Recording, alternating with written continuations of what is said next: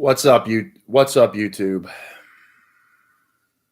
Cyclone here, and I gotta get this out there. I don't have a lot of time. I have things to do today, but I had to make this. My mind has been swirling ever since yesterday. Abek and I watched Cowboy Bebop on Netflix to give it a chance, right? And I was going into this thing thinking, hey, this might be average. Like, it could be a 6 out of 10. You know, it's not going to be the best thing ever.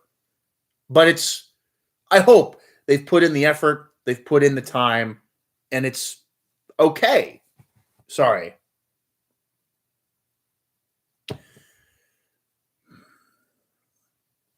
The point I was trying to get through with this is to go at it as a fan of the original series.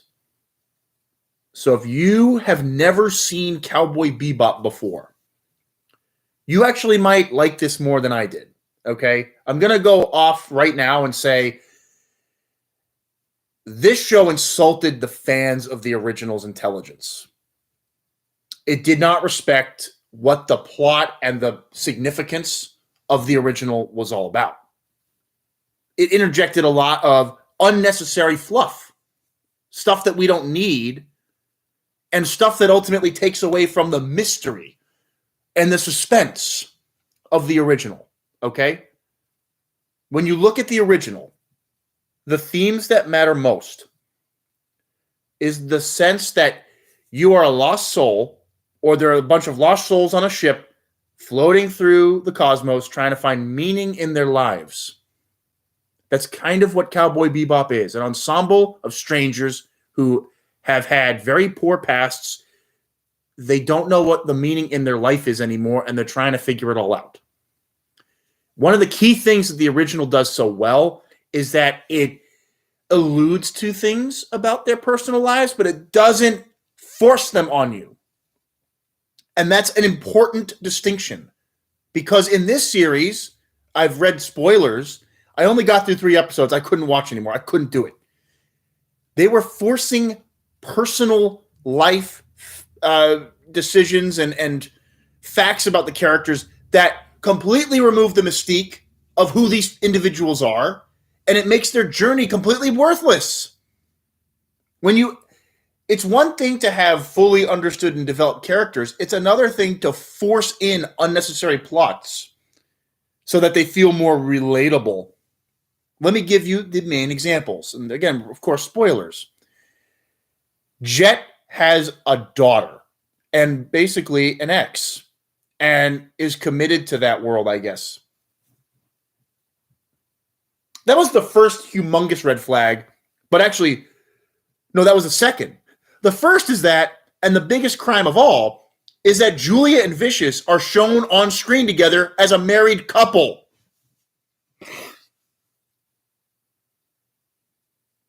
I almost stopped watching at the end of the first episode when they were making out. I got through 2 more barely, because the fact that they're putting Julia into like almost a sub-main character role is atrocious. Netflix clearly wants there to be a strong female presence because, let's be honest, if you're on the Netflix board, women watchers, viewers, a massive demographic. Netflix and chill didn't just come from anywhere. It's what every girl says on their dating profile. It is a real thing, guys, that these boardrooms look for. That Netflix, they have to cater to the girl. They have to cater to the college age, the young girl looking for a romantic exploration. And honestly, you see that in what they're introducing. And in the first 3 episodes, most of the focus was on like people's family lives. The bad marriage between Vicious and Julia. The fact that Jet has a family and a daughter that he cares about. And then they fuck up with Gren and Anna. Anna owns this like she's like a spy in this club, and Gren kind of like works there. Why? Why is Gren being brought in now? Gren had no business being brought in early. His existence is literally to hit the climax of the first half. That is Gren's purpose. And yet they throw this individual into the story right away. No suspense, no drama, no nothing. Now the next time we see Gren, which I won't because I'm not going to watch this any further, the next time we see this, Gren's existence will not hit us as hard. We're not going to care. The reason why it works so well in Jupiter Jazz, one of my favorite fictional episodes of anything, is because we learn about what can happen to someone through war, through a deceitful friendship, through loss. Gren is literally the wandering warrior, the lost soldier, trying to find their way home. That is exactly the metaphor. And yet in this part, Gren looks just they are in this bar and it's like living the high fucking life. Are you kidding me? Gren is a struggling musician in the original on a planet where there are no women. He found a niche in this cold, barren, I keep saying they, right? But even then, that's another thing they changed. Gren is trans, to my understanding, by default. In the original, Gren is a man who becomes trans and then has to deal with that adjustment in their lives. And that story is so well told. The intimacy between Gren and Faye, the fear, the horror when that voicemail plays, it's all a mystery to you in the original. In this one, there is no fucking mystery. They got rid of all the suspense.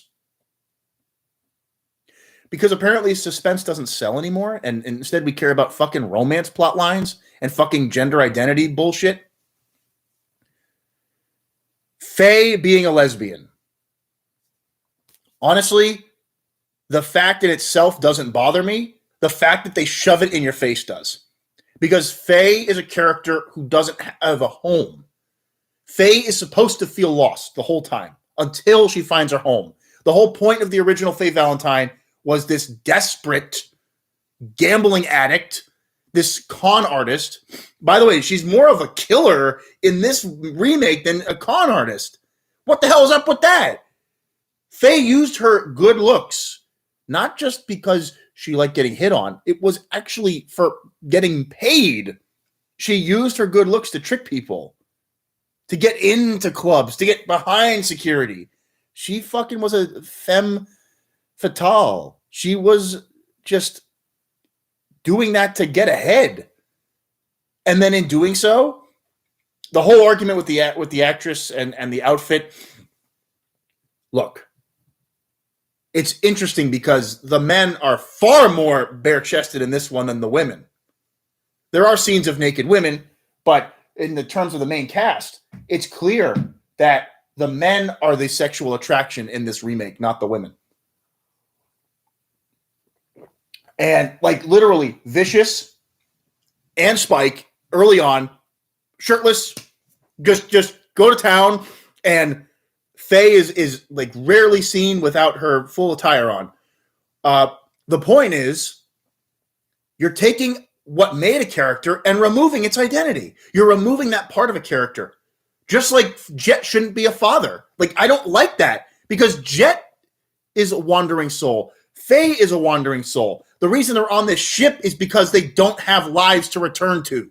That's the point of the original. So why do these characters all of a sudden have lives and comfort? What the fuck is this? That's not Cowboy Bebop. That's not Cowboy Bebop. These characters don't feel half as lost as the original characters did. And that's bad because that's not what the original was aiming for. If this was its own space sci-fi series, all right. Like, yeah, it's fine. It's fine. Visually, again, my strongest case for this show is the visuals are pretty solid. I like their interpretations of a lot of the locations. That's it.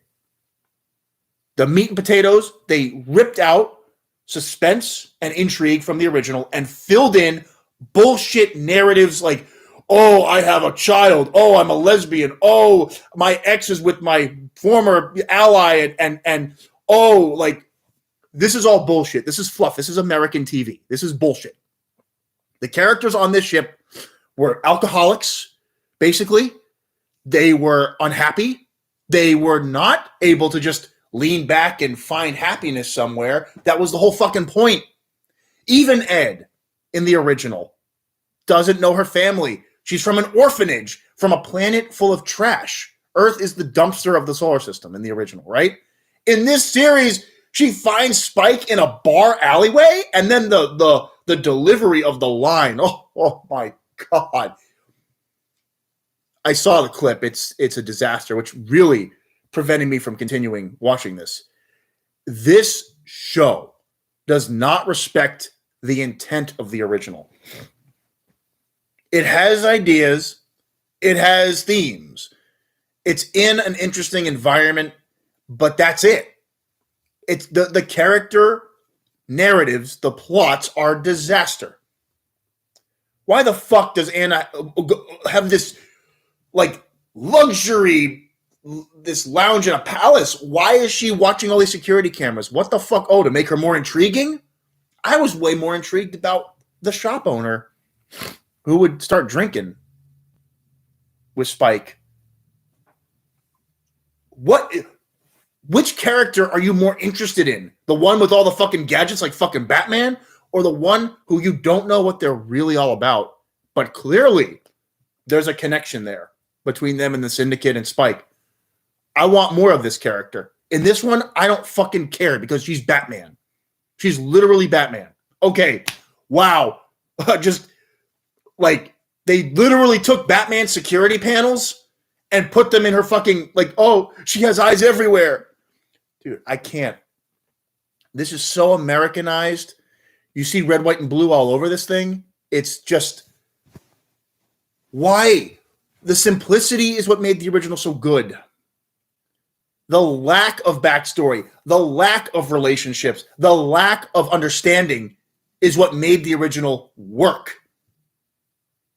They force feed all of this crap that these characters don't need to be intriguing. And it ruins it, especially Julia and Vicious. My God, is Vicious atrocious in this portrayal. They ruined Vicious. Like, they put him into a blender and turned him into gush. He's a terrible portrayal of Vicious. And the awkward, these texts are killing me. Sorry, there's a lot going on right now. The portrayal of Vicious in this story is so cancerous. Again, it actually, like, that's what almost made me stop watching. The butchering of Vicious. He almost cries in front of the Syndicate when they're trying to have him kill Julia with a fake gun.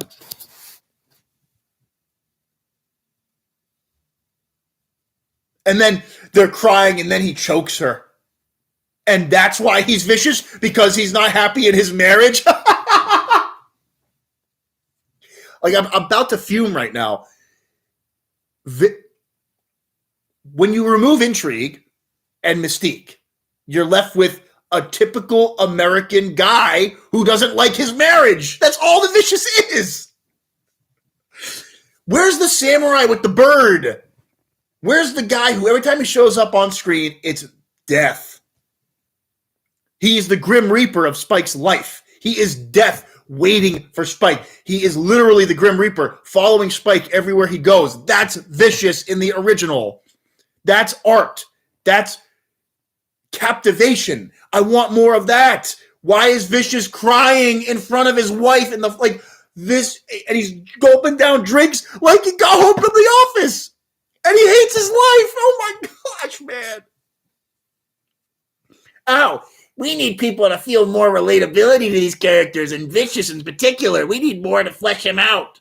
I can tell you, this boardroom is like, wow, we need to make Vicious more vulnerable so his violent tendencies are more understood. Fuck you. Fuck you. Whoever said this shit, go fuck yourself. I'll be right back, guys. Like, give me 1 second. Sorry.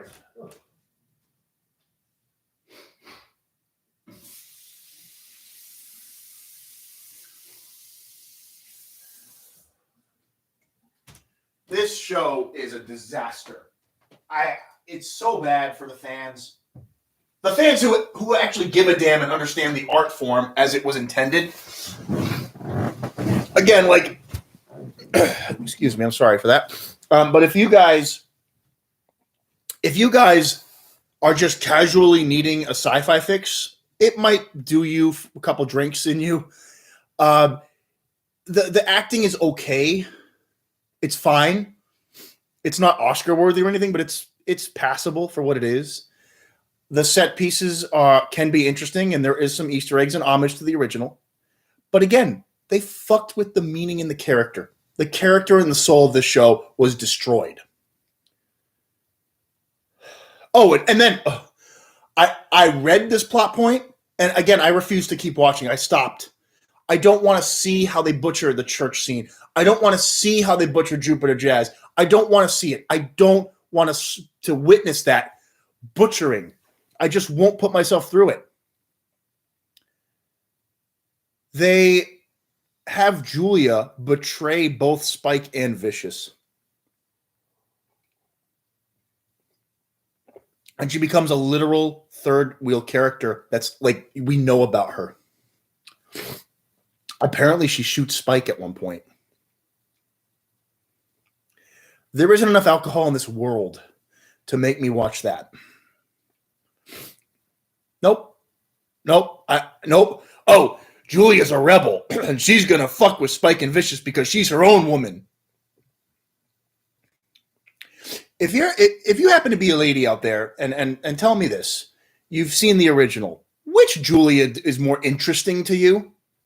The badass Julia, who is used in flashback to portray an angelic form, a dream that Spike is trying to relive but can't, and then comes in only to die with the cloudy sunlit sky in the background with the fucking birds flying?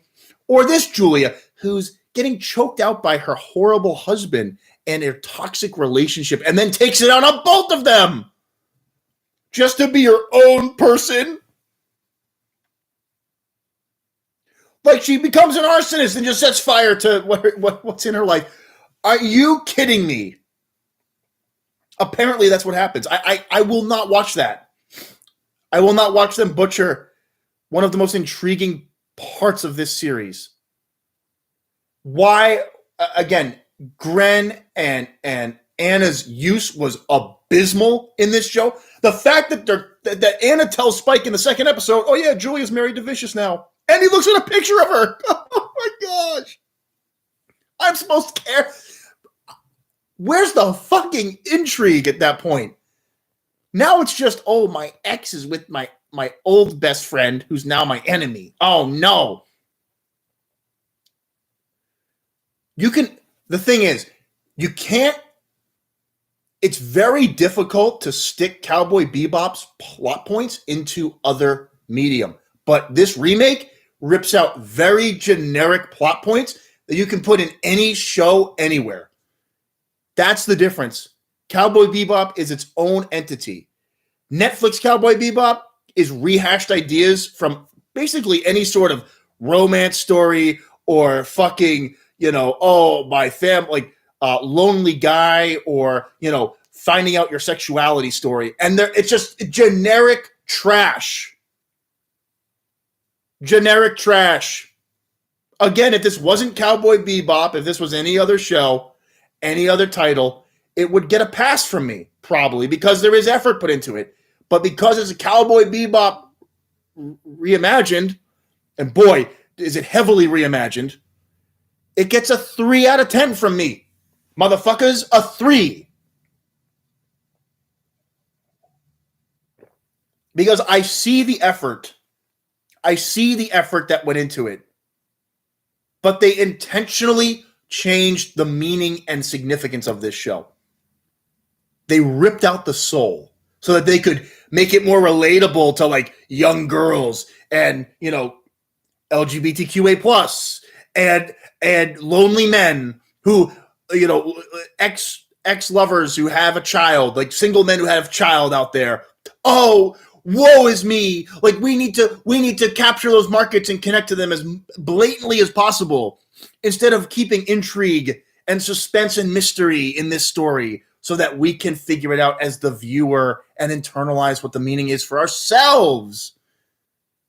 In the original, for example, I know that Julia is likely with Vicious, but I'm not shown a single ounce of that world because it takes away from Vicious being vicious. It takes away from Julia's entrance as an angelic figure when Spike is at his lowest. These are artistic portrayals of these characters that just fucking work. We have to get out of the day-to-day life plot and start thinking about the grander scale of what the meaning of life is, what the galaxy is all about, what the universe is all about, what is our existence all about. The original asks these questions, and the remake puts you in a fucking rom-com. My ex-lover, my daughter, blah, blah, blah, blah, blah, my old best friend, fuck all those goddamn generic-ass plot lines, okay?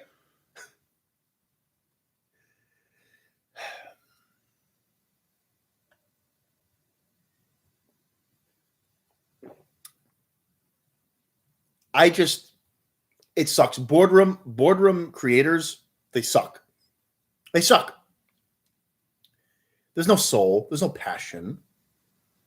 It's generic fluff. And I'm gonna have to wrap this up shortly, but I have to get this rant out. I just gotta get the vent going. Abek and I, we were struggling yesterday, and I actually got out of my seat and I started ranting at the screen as they were showing Julia and Vicious together. I just was like, you fuckers just ruined the mystique of this show, and you force feed us this bullshit. Now Julia's introduction doesn't matter when she comes in later on as the angel in Spike's life. I've already seen Julia like 40 times, and she's already fucked with Spike, apparently. What? That's the thing. Oh my gosh. That's a disaster.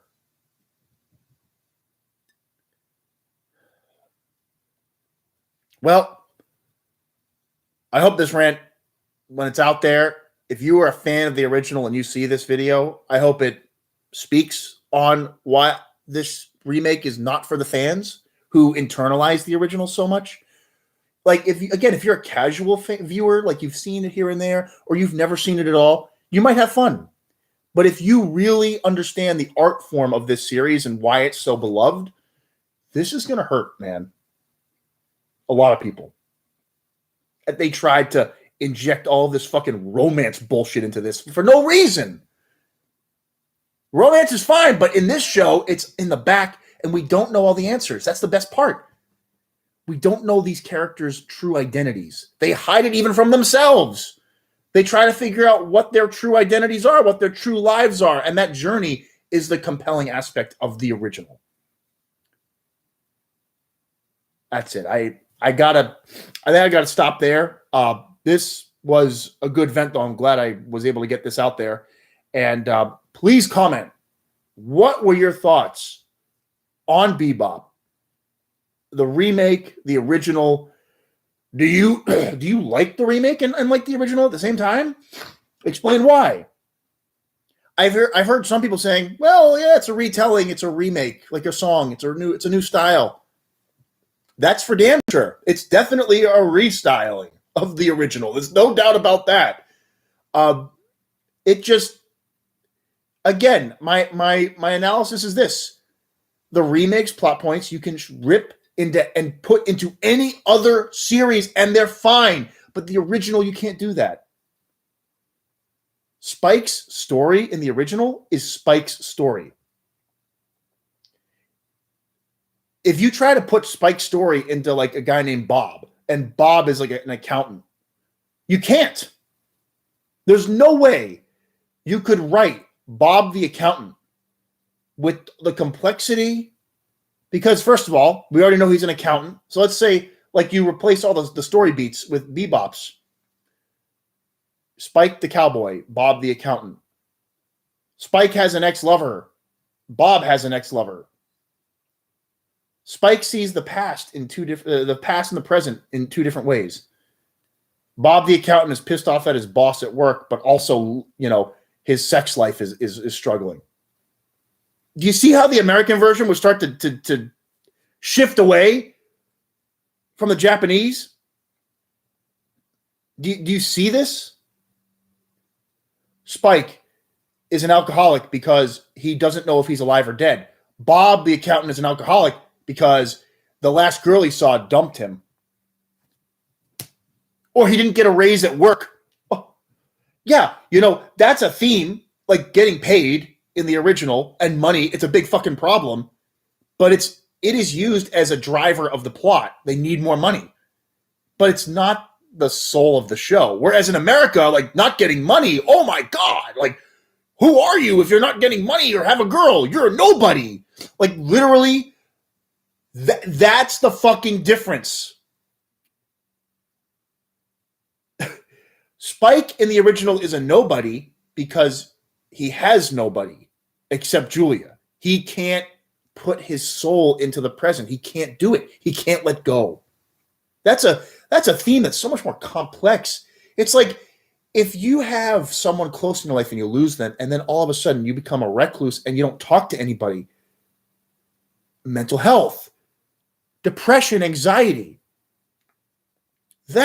These are the themes, the original, like mental strain and struggle, loss, sadness, sorrow. And in the Americanized version, they'd probably say, well, you're unhappy because you have an unhealthy job, or you don't like your sex life, or you're not happy with your marriage, or you can't see your kid enough.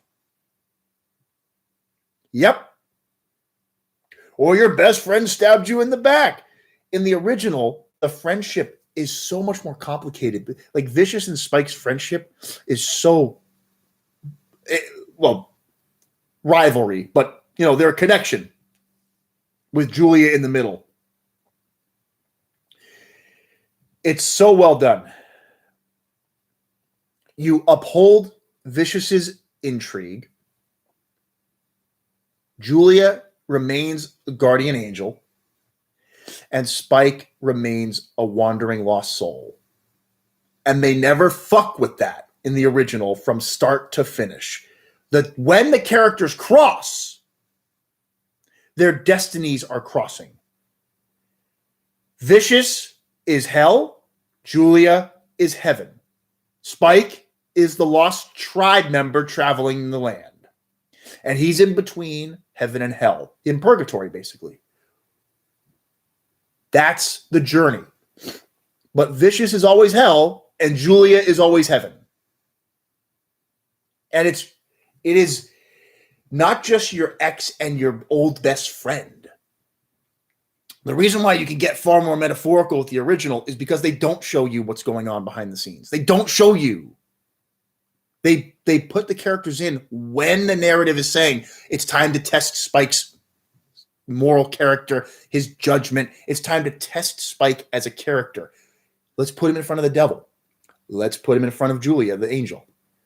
This is why the original works. They only use the characters when it means something to the main narrative of finding out what your life truly is meant to be. They are obstacles, they are goals, but they are used only when the plot is putting those characters in those situations, not having this fucking lingering, oh, my ex is out there and she's with my other guy and I'm unhappy about it. Oh, all right. Vent over. I do have to go, guys. I hope any fans out there, please leave your comments. I want to see what people are saying about this series. So come back if you watch this, in the future. Come back to this video. Write a comment. If you were a fan, if you've never seen it before, what your thoughts were. Again, 3 out of 10 from me. Damn.